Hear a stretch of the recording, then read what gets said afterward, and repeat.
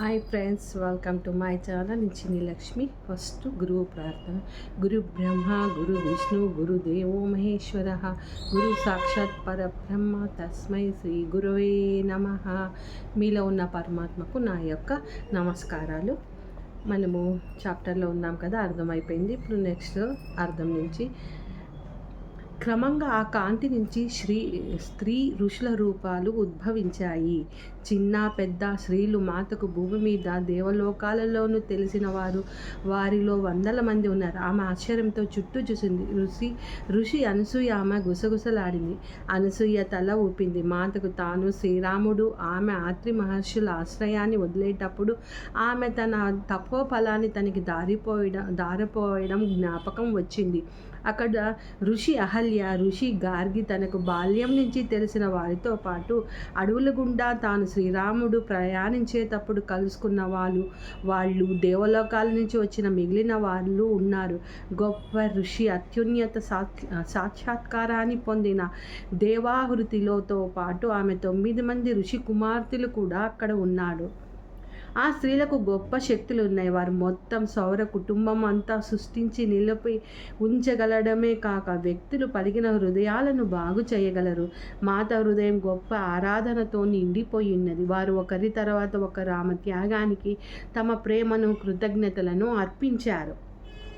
ఆ ఋషులు కనుమరుగు అవగా పార్వతీదేవి రూపం కనపడింది. సీత మళ్ళీ తనను తానే ఆ రాత్రి చీకటిలో రావణి తోటలో పార్వతీదేవి విగ్రహం ముందు ఉన్నట్టు గమనించింది. మాతకు అయోమయం అనిపించింది. ఎంతో జరిగింది, తానెంతో చూసింది. నిజంగా భూమి మీదకి వచ్చిందా? పార్వతీదేవికి ప్రణమిల్లి నేను ఎక్కడ ఉన్నాను అని అడిగింది. నువ్వు మళ్ళీ భౌతిక రూపంలో రావణి తోటలో ఉన్నావు. ఏమి జరిగింది? ఇప్పుడు స్తంభిస్తున్న దానికి కారణమైన కాలాంతర నాటి విషయాలను జ్ఞాపకం చేసుకున్నావు. నీవు నారాయణుడు జయుడు వైకుంఠాన్ని వదలవలసి వచ్చినప్పుడు అతను తీసుకోవాల్సిన చర్యల గురించి హెచ్చరించారు. మీ మాటలు వినడానికి బదులు అతని కోపం, అతిశయ, మోహం వందింతలు పెరిగాయి. ఋషుల ముందు చెప్పినట్లుగానే భూమి మీద జీవానికి అతను కలిగించిన నష్టం పూడ్చడానికి ఎంతో కాలం పడుతుంది.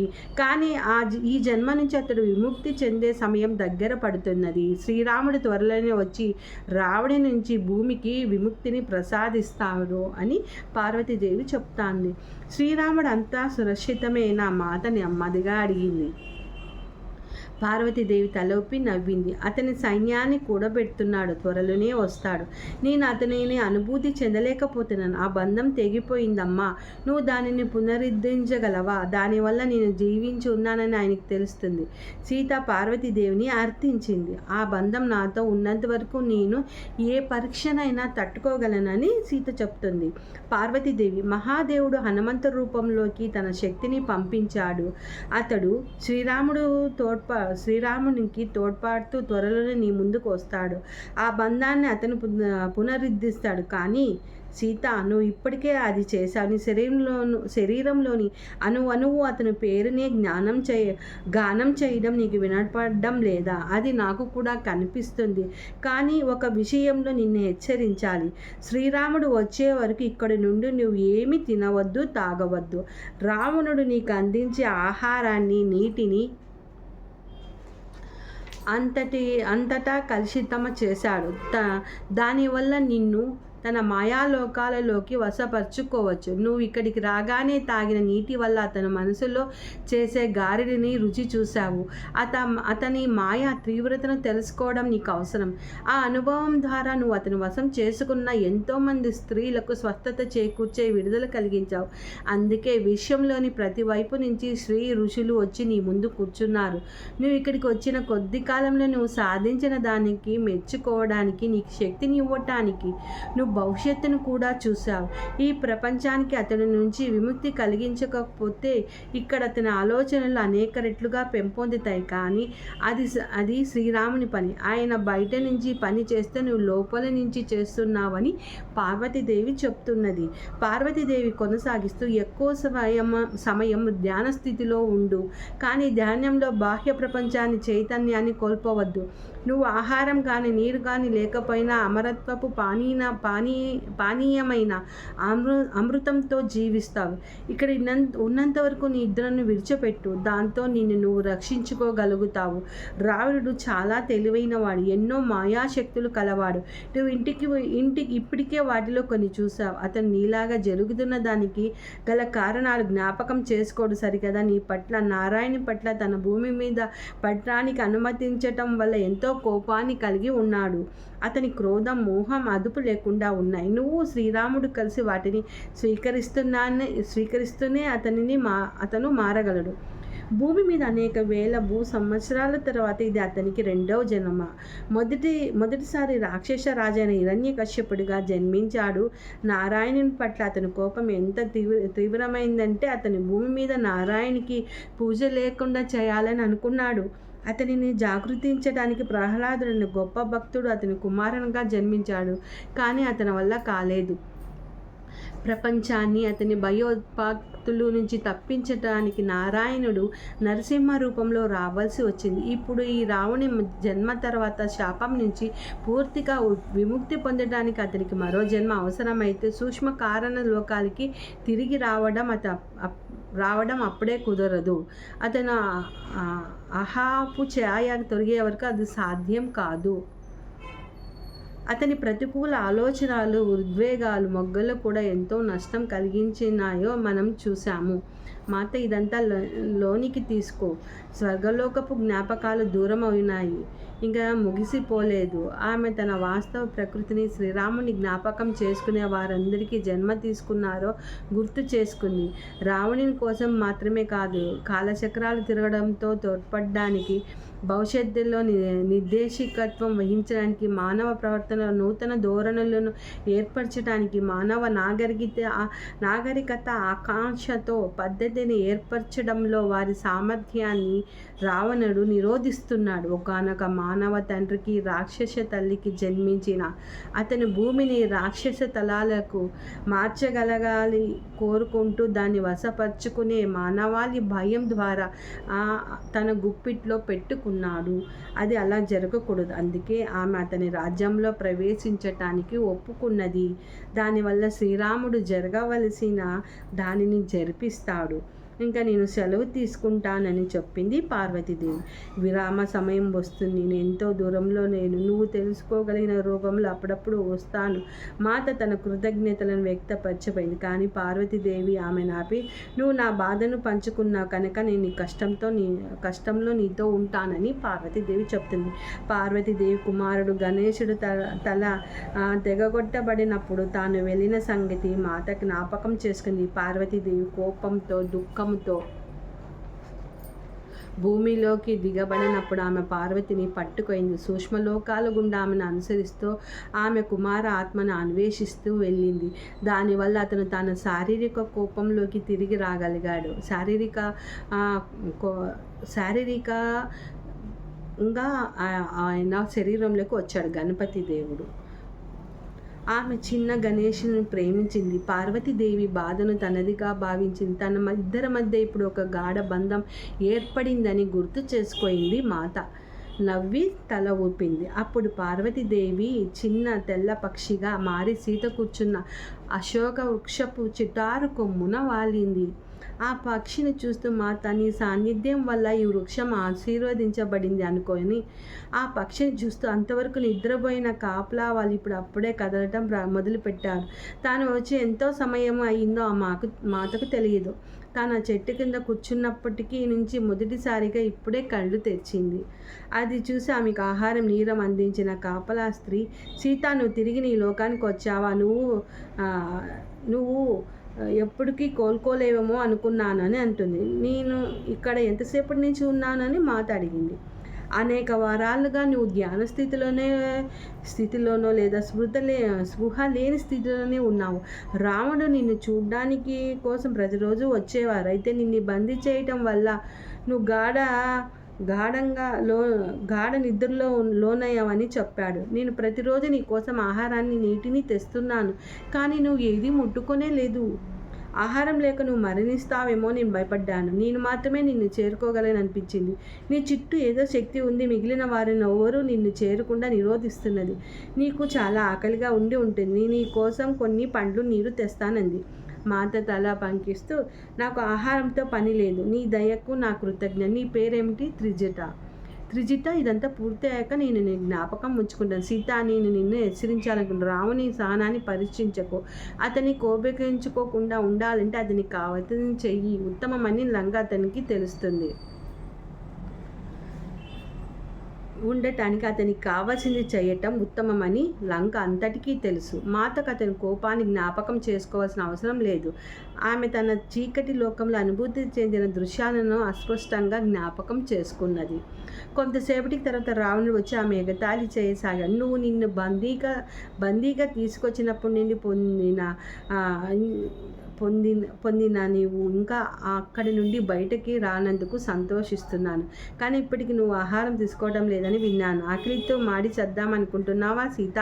నువ్వు మరణమే కోరుకుంటే దాన్ని వెంటనే అందిస్తానని ఖడ్గం తిప్పాడు. మాత తన చూపులు దూరంగా తిప్పుకైంది. ఆమె అతని వైపు చూడకుండా శాంతి స్వరంతో బదిలించి, నాకు మరణించే ఉద్దేశం లేదు రావణ. నేను ఇంతకు ముందే చెప్పినట్టు నేను నీ బందీని కానీ జరిగిందంతా నీ విముక్తికి. నువ్వు నీ కోసం అతిశయము మొహాల నుంచి విడుదల పొందడంతో తోడ్పడడానికే. అతను బిగ్గరగా నవ్వాడు.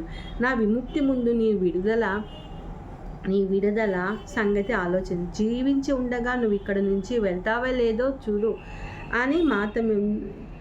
అని చెప్పాడు. మాత ఏమీ మాట్లాడకుండా కళ్ళు మూసుకొని ధ్యాన స్థితిలోకి వెళ్ళిపోయింది.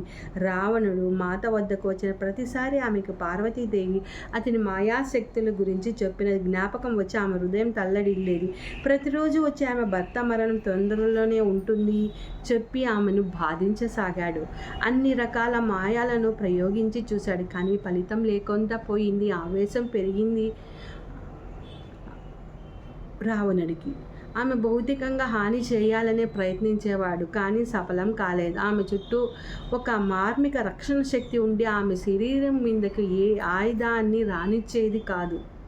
రోజులు గడిచే కొద్దీ ఆహారం నిద్ర లేకపోవటం వలన ఆమె శక్తి తగ్గకపోవడాన్ని గమనించిన రావణుడు మరింత కోపంగా మారి ఆమె పైన శత్రుత్వాన్ని పెంచుకున్నాడు.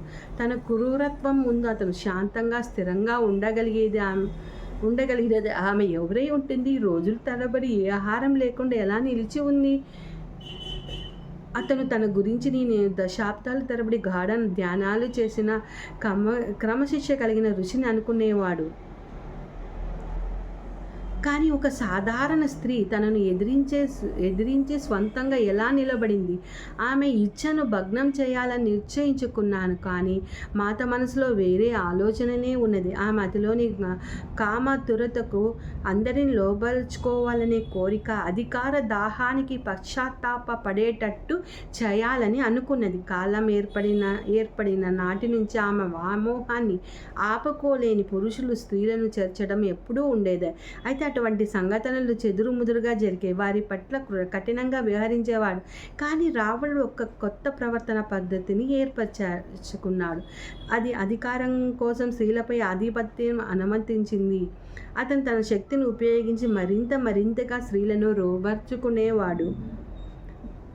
స్త్రీలకు న్యాయం జరిగే అవకాశమే లేకుండా పోయింది. ఆ విధమైన ప్రవర్తన ప్రపంచంలోకి అనుమతిస్తే కాలక్రమేణా అది స్త్రీలను అణగద్రొక్కబడ్డానికి దారి తీస్తుంది. ఈ విషయమే ఎక్కువగా మాతను బాధించేది. ఒకానొక రాత్రి ఆమె గాఢ ధ్యాన స్థితిలో ఉండగా భవిష్యత్ ద్వారాలు ఆమె ముందుకు తెరుచుకున్నాయి. మాత స్త్రీలు క్రమంగా అణచివేతకు గురి కావడం చూసింది. ఆమెకు ఒకానొక సుదీర్ఘ భవిష్యత్తులో తలలు తమ గర్భంలో ఆడ శిశువులను విలువలేని వారిగా భావించి చంపివేస్తారు. భర్తలు తమ భార్యను ఇంటికి పరిమితం చేసి వారికి నీచమైన పనులను అప్పుచెపుతారు. స్త్రీలకు విద్య కానీ సంపదను కానీ పొందే అవకాశం ఉండదు. వారు తమ ఆత్మవిశ్వాసాన్ని కోల్పోవటంతో ఆత్మ న్యూన్యతకు పెంపొందించుకుంటుంది. వారికి తమ భౌతిక సౌందర్యం పట్ల మాత్రమే విలువ ఉంటుంది, కానీ వారికి వివేకం లేదు.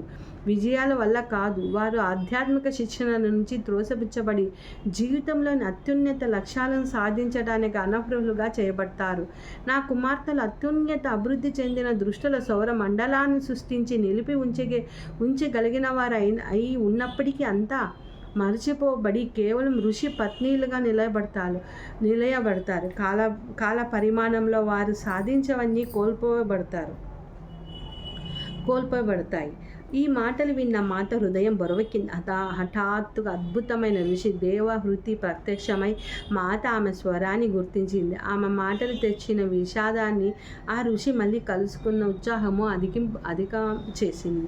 అమ్మమ్మ, ఆమె ఆశ్చర్యంతో ఇది నువ్వేనా అంది. గాలిలో కూర్చొని ధ్యానం చేస్తున్న దేవహృతిని మాత చాలాసేపు చూస్తూ కూర్చున్న తర్వాత ఆమె నెమ్మదిగా మాత ముందు నిలబడగా ఆమె తెల్లటి వెంట్రుకలు మోకాల వరకు ఉన్నాయి. ఆమె చర్మము స్వచ్ఛంగా మంచులాగే మెరుస్తుంది. మెరిసే కళ్ళతో ఆమె మాత చేతులను తన చేతుల్లోకి తీసుకొని ఆలోచనలను వినిమయం చేయడం ద్వారా సంభాషణ ప్రారంభించింది. మాటలు అవసరం లేకపోయినా ఆమె భావం స్పష్టంగా తెలుస్తున్నది. ఆమె మాటలో మరొక జ్ఞాపకాన్ని, భవిష్యత్తుని తెలిపే జ్ఞాపకాన్ని మేల్కొల్పడానికి వచ్చింది. కాలచక్రం తిరగడము. మనము స్త్రీల జీవితపు ఛాయలలోకి వెళ్ళిపోతాం. స్త్రీలు అంతరశక్తులు, అంతరలోకాల జ్ఞానం నిలిపి ఉంచుకుంటారు. కాలచక్రం కింద వారు శాపంతో ఈ లోకానికి జ్ఞానం తగ్గిపోతుంది. అది గ్రహం యొక్క బాహ్య అభివృద్ధికి, నాగరికత కొనసాగడానికి అవసరం. తర్వాత చాలా కాలం తర్వాత మళ్ళీ కాలచక్రం పైవైపు శాపం మొదలై స్త్రీలు తమ జ్ఞానాన్ని తిరిగి తెచ్చుకుంటారు. నువ్వు ఆ కాలానికి స్త్రీలకు ముందుకు వచ్చి తమ అందించాల్సిన దానిని గ్రహించే నాటికి అవసరమైన బీజాలు నాటాలి. నువ్వు నా తల్లివి, నా బిడ్డవు, నా మనవరాలివి. ఈ మానవ లోకంలో నువ్వు జన్మ తీసుకున్న కారణం ఇదే. నీ పని ఈ వర్తమానానికి మాత్రమే చెందినదే కాదు, రాబోయే శంఖానికి కూడా చెందినది. దేవహృతి ఆలోచనలు ఆమెలోకి ప్రవేశించగా మాత సుదీర్ఘ గతాన్ని జ్ఞాపకం చేసుకున్నది. స్త్రీల పాత్ర చాలా ప్రముఖంగా ఉండే రోజులు గుర్తు చేసుకుంది. ఋషి దేవహృతి యొక్క తండ్రి మనువు ఈ కాలంలో భూమి మీద ప్రకాశం పొందిన రాజు, చాలా గొప్పవాడు. ఆయన తన కుమార్తెలకు చాలా గొప్ప ఋషికి తగిన వరుణు కోసం లోకమంతా తిరిగాడు. ఆయన కార్తాయన ముని అనే తగిన ఋషి అని కనుగొని ఆమెకు దట్టమైన అడవిలో ప్రగాఢ దానాలు చేస్తున్న పెళ్లి గురించి అడిగగా అతను తన వాంఛ పరబ్రహ్మ అంతిమ వాస్తవంతో ఐక్యత అయినప్పటికీ మనువు మాటను తిరస్కరించలేనని చెప్పాడు. కానీ ఆ ఒక షరతుతో ఆ వివాహాన్ని అంగీకరించాడు. అదేమంటే పిల్లలు కలిగిన తర్వాత తను మళ్ళీ అడవికి వెళ్ళి తన తపస్సును కొనసాగిస్తానని చెప్పాడు. దేవహృతి తన తండ్రి ఎంపిక చేసిన వారిని అంగీకారం తెలిపింది.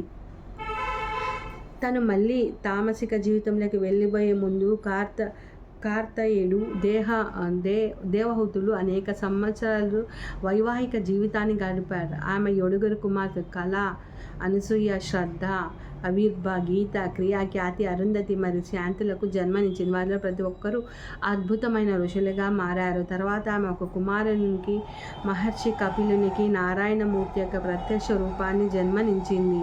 ఆ బాలుడు జన్మించడం చూసిన నారాయణ తన ప్రియమైన భర్తను ఆ బాలుని రూపంలో చూడడం తప్ప మరేమీ చేయలేకపోయింది. కార్తమ ముని అడవి వెళ్ళిపోతుండగా నారాయణి దేహవృత్తి ముందు ప్రత్యక్షమై ఆమెను ఓదార్చి తన 10 మంది పిల్లలను పెంచి యోగ మార్గంలో శిక్షణ ఇవ్వడంలో నిర్దేశకత్వం వహిస్తానని అంది. ఆమె కుమార్తెల వివాహ సమయానికి తగిన వరుణను వెతకడంలో నారాయణియే సహాయం చేసింది. దేవహృతి కుమార్తెలో ఒకరు ఋషి ఖ్యాతికి ఒక సున్నితమైన దయాపూరితమైన ధోరణి ఉన్నది. ఆమె తన దృష్టి ఎప్పుడు అంతర్లోకాలపై ఉండేది. నారాయణకి ఆమె పట్ల గాఢ ఆప్యాయత ఉండేది. ఆమెకు ఉన్నత సూక్ష్మలోకాల్లో ప్రవేశించే విధానాన్ని నేర్పింది. ఋషి ఖ్యాతికి భృగ మహర్షితో వివాహమైన తర్వాత మానవ లోకానికి కొంత జ్ఞానం తీసుకురావడంలో నారాయణి సహాయాన్ని అందించడానికి దేవలోకమైన వైకుంఠానికి వెళ్ళారు. వారు చర్చల మధ్యలో ఋషి ఖ్యాతి నారాయణి వివేకాన్ని స్వీకరించగా భృగ మహర్షి ఆమె అందాన్ని గ్రహించాడు.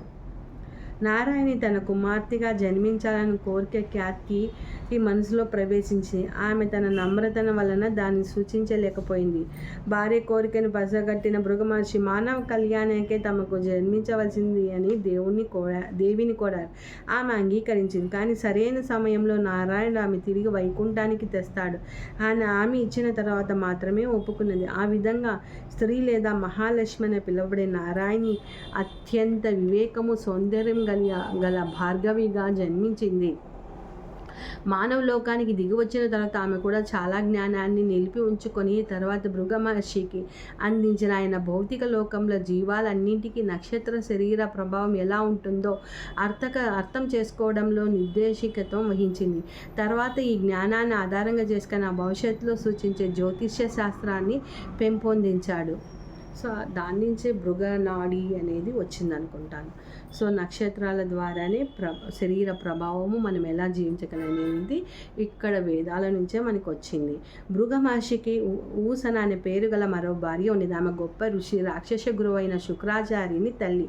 ఆ కాలంలో దేవతలకు రాక్షసుల మధ్య భౌతిక లోకంలో ఆధిపత్యం కోసం గొప్ప యుద్ధాలు జరిగేవి. అనేక మంది అసురులు నశించారు. కానీ వారిలో ఒకానొక క్రూరమైన గుంపు ఊసన వద్ద శరణ పొందారు. తన కుమారులను శిష్యుల దుస్తులు చూసి ఆమె వారికి ఆశ్రయం ఇచ్చింది.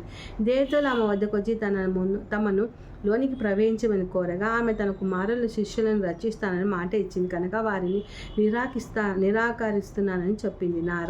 నారాయణి తిరిగి దేవలోకానికి తీసుకురావడానికి వెళ్తుండగా ఆయన దేవతలకు ఊసనకు మధ్య జరుగుతున్న సంవాదాన్ని విని ఆమెను ఫలితమైనా కానీ యుద్ధం జరగనివ్వమని హెచ్చరించాడు. ధర్మాన్ని అనుసరించే వారు విజయం సాధిస్తారు. అది అలాగే జరగాలి. మధ్యలో అడ్డు రావద్దు అని చెప్పాడు.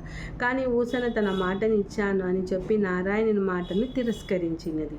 మాట ఇచ్చి తప్పడం దురదృష్టం. కానీ ధర్మానికి విరుద్ధంగా వెళ్ళడం అనేది తీవ్రమైన దుశ్చర్యనే. ఎవరైనా ఈ రెండింటిని పర్యవసానాలు బేరజు వేసుకొని విచక్షణను ఉపయోగించాలి. నారాయణుడు ఊసనకు ప్రశాంత స్వరంతో సలహా ఇచ్చాడు. దేవతలు తమ విధిని నిర్వర్తించడానికి అనుమతించమని నేను కోరుతున్నాను. ఇది మానవలోక రక్షణ కోసం. ఊసన మొండితనము నారాయణి క్లిష్ట పరిస్థితుల్లోకి నెట్టింది. అప్పుడే భార్గవి వచ్చింది. ఈ విషయాన్ని గ్రహించి ఊసన వద్దకు వెళ్ళి బ్రతిమాలుతూ, మాత, వారిని రానివ్వకపోతే నువ్వు నీ ప్రాణాలను కోల్పోతావు. నువ్వు అసురులకు ఇచ్చిన వాగ్దానం నుంచి నేను విడిపిస్తాను. వారు ఎంతోమంది ఘోరంగా చంపారు. న్యాయం జరుగుతున్నప్పుడే నువ్వు అడ్డు రావద్దు.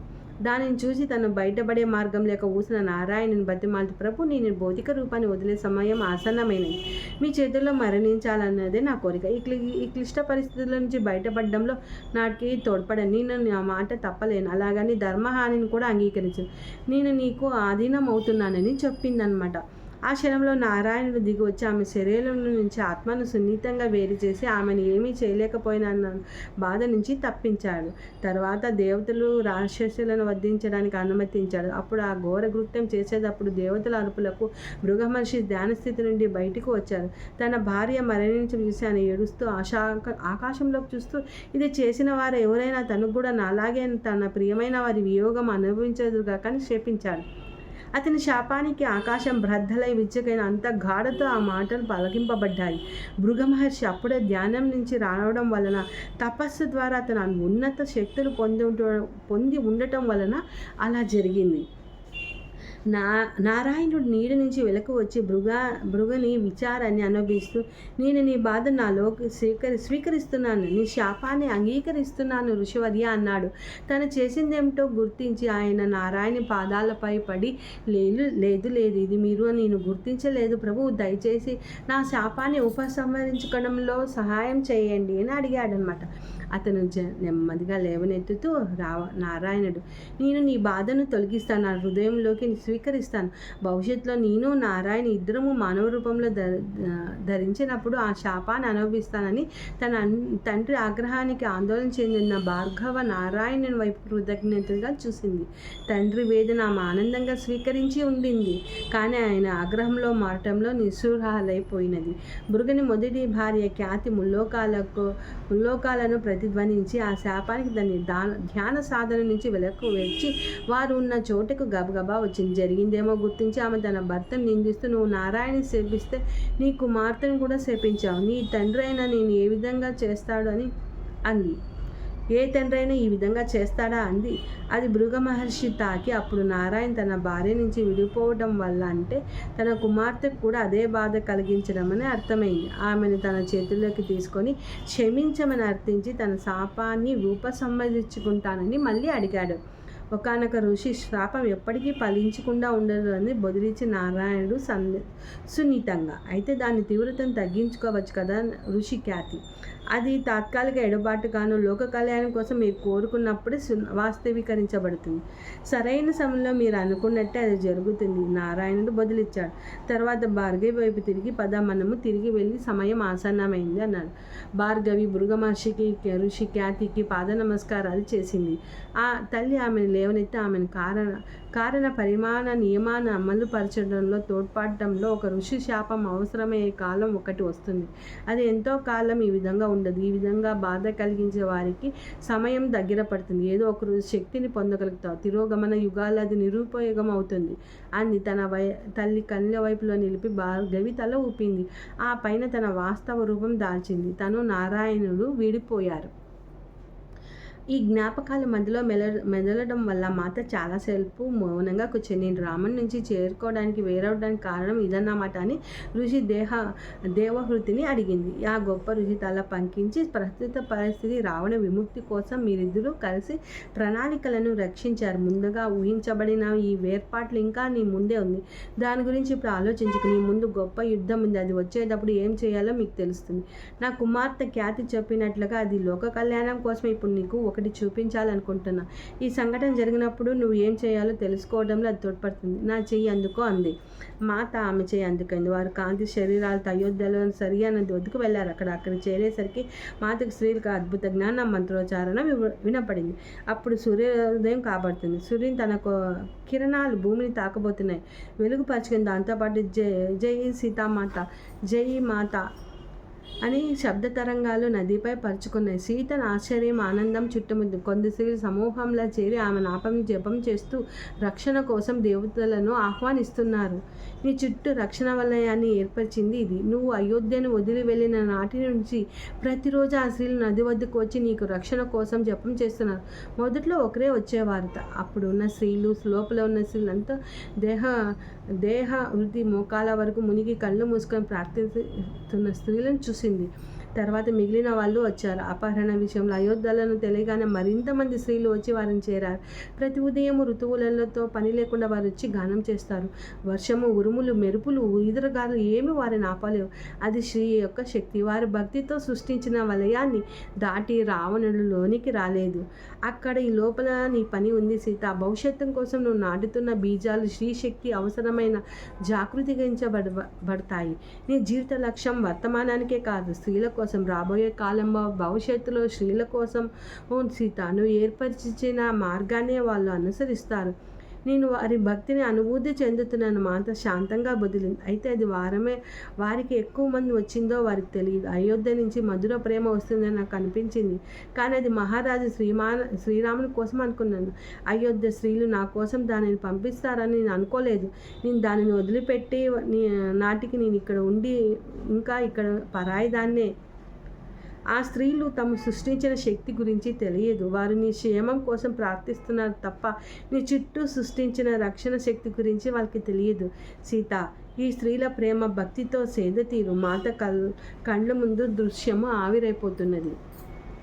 ఆ స్త్రీలు సరియు నది, సూర్యోదయం అన్నీ ఆమె ఏం జరుగుతుందో గ్రహించే లోపల కరిగిపోయి తన అశోక వృక్షపు నీళ్ళలో ఉండటం చూసుకుంది. దేవహృతి కాంతి రూపంలో కూడా మసకబారిపోతుంది. మా అమ్మ వదిలి వెళ్ళకు మాత చెప్తున్నది. మహర్షి దేవహృతి పైన వారి మానవులకి అందించిన బహుమానాల పట్ల వారిపై ప్రేమ పొందగలిగింది. ప్రాణామయ లోకంలో ఒక క్షణం పాటు కదులుతూ తాను వెళ్ళిపోయే ముందు ఆ ఋషి ఈ యుద్ధానికి అవసరమైన బాహ్య విషయాలన్నింటినీ రాముడికి సిద్ధం చేశాడు. నువ్వు లోపల వాటి సంగతి చూడు. లో నుంచే పనిచేసి తాను ఇప్పుడు జరుగుతున్నవి రావణ మనసుల్లో నుంచి అసలైన యుద్ధం ఇక్కడే జరుగుతుంది అని చెప్తుంది అనమాట. సూర్యోదయం కాబోతుంది. మాత అయోధ్య దృశ్యాన్ని నిలిపి ఉంచుకోవడానికి ప్రయత్నించింది, కానీ లంకలోని వాస్తవం ఆమె అధీనంలోకి చేసుకుంది. పండ్లు నీరు తీసుకుని కాపలా స్త్రీ వచ్చారు. ఆమె ఆకలిని తీర్చి రావణికి వక్రీకరించబడిన విషయంలోకి లాగాలని ప్రయత్నిస్తూ మాత ఆహారాన్ని వద్దనంటూ వాళ్ళు అవతలికి వెళ్ళి కొంచెం దూరం నుంచి మాతను గమనిస్తూ ఉండగా మాత మళ్ళీ ధ్యాన స్థితిలోకి వెళ్ళిపోయింది. సో ఇది అంతా ఆ చాప్టర్లోకి వచ్చేసేసింది. ఇది ఇక్కడ చాప్టర్ అయిపోయింది. నెక్స్ట్ సీత బోధ. దీంట్లో ఏం చెప్తుందో సీత మనం తెలుసుకుందాము. సో ఇక్కడ మనకి భృగనాడి అనేది మనకు జాతకాల గురించి, నక్షత్రాల గురించి ఇక్కడ రాశారని చెప్పారు. సో మాత మన కోసం చాలా ప్రయత్నించింది. అప్పుడు చేసిన ఫలితం ఇప్పుడంతా మనం అనుభవిస్తున్నామని కనిపిస్తుంది. Okay friends, thank you.